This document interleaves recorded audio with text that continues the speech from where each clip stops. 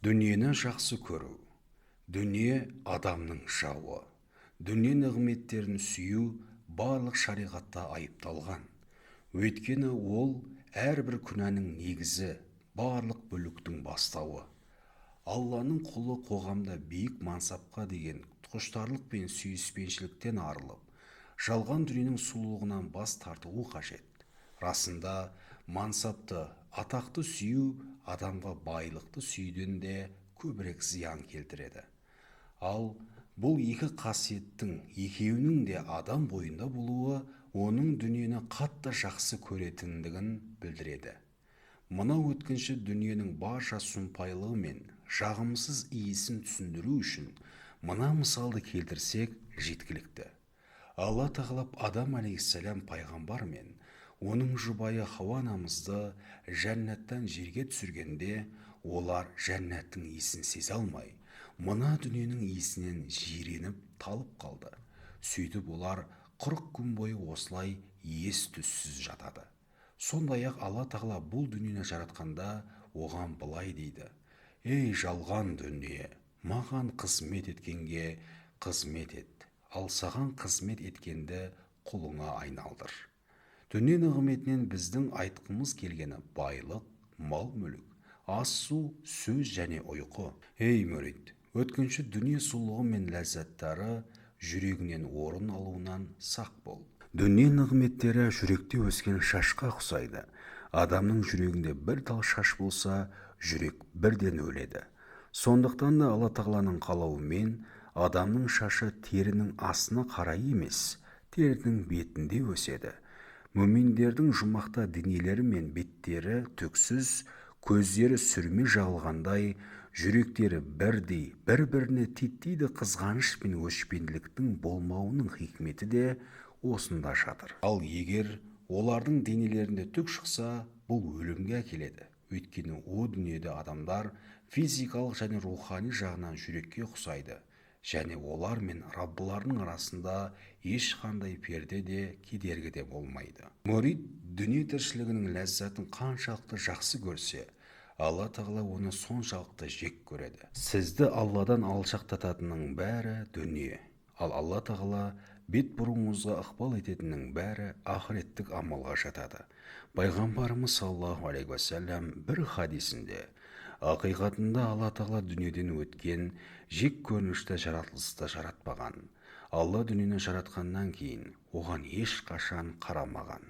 Сондай-ақ пайғамбарымыз саллаллаху алейхи уассалам: «Алланы еске алу және соған апаратын нәрселерден басқа дүние және оның ішіндегілердің барлығы лағнет етілді» дейді. Дүниені жақсы көру мен құлшылық үйлеспейтін екі ұғым. Имам Әбул Хасан әш-Шазали былай дейді: құлдың жүрегінде мына дүниеге немесе о дүниеге деген қызығушылық болатын болса, ол Алла тағалаға жақындай алмайды. Алла тағалаға шын ықыласпен құлшылық еткен құл ғана жаратушысына жақындау сауабын алады. Қалғандары мына дүниеде немесе о дүниеде жүрегі иіліп тұратын нәрселермен ғана қалады, және оларға басқа нәрсе берілмейді.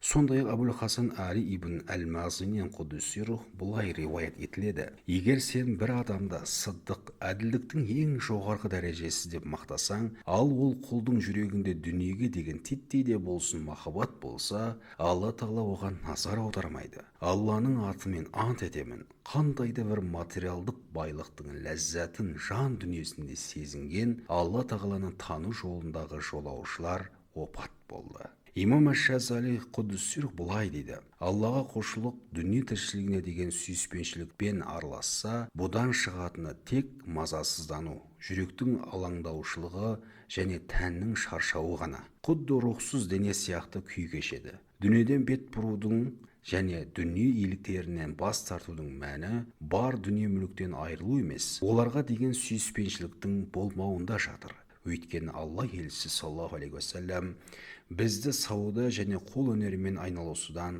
тыйған жоқ. Дүниенің арбауынан сақтану. Пайғамбарымыз саллаллаху алейхи уассалам мүминдерге өткінші дүниеге деген дұрыс көзқарасты қалыптастыруды және оны еш естен шығармау керектігін жиі еске салатын. Бұл жердегі мәселе кісінің бұл дүниеде жолаушы адамдай әрекет етуі. Бұл ескерту оларды дүниеге деген махаббаттың қақпанына түсуден сақтайды. Пайғамбарымыз саллаллаху алейхи уассалам бұл дүниеде бір жат елдік адам немесе жолаушы сияқты болыңдар. Өзіңізді осы дүниеден өтіп кеткен адамның қатарына санаңыз.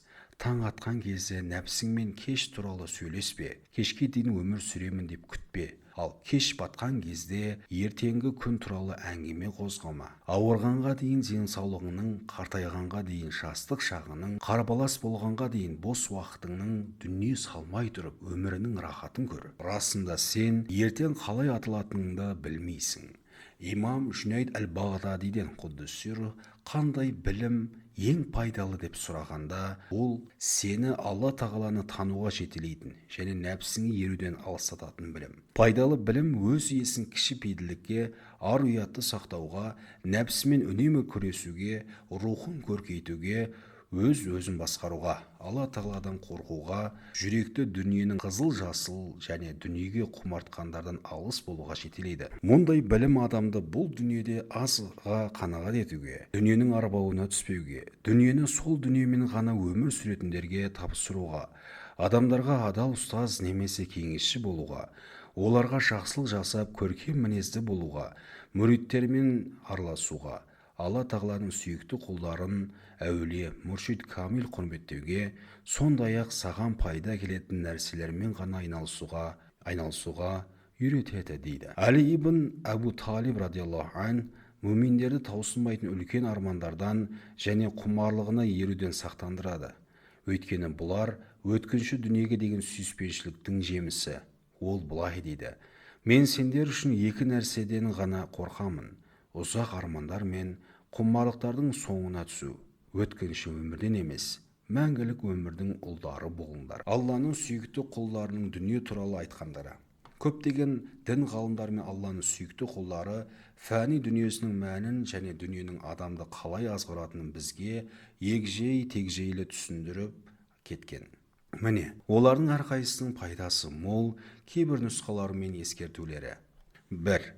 Имам Жүнейд әл-Бағдади құддүс-сиррух былай дейді: кімде-кім өмірдің тарлығына шағымданып таң атырса, Раббысын шағымданғанмен бірдей. Ал кімде-кім дүние істері мен қиыншылығы салдарынан қайғылы күйге түссе, Алла тағалаға ашуланғандай болады.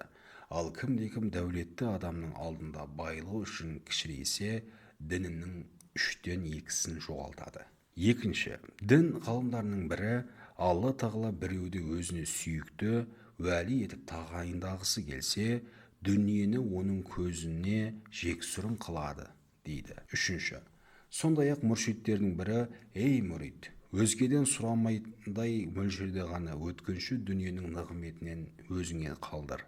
Бұл дүниеден толықтай бас тартып та шектен шықпа. 4.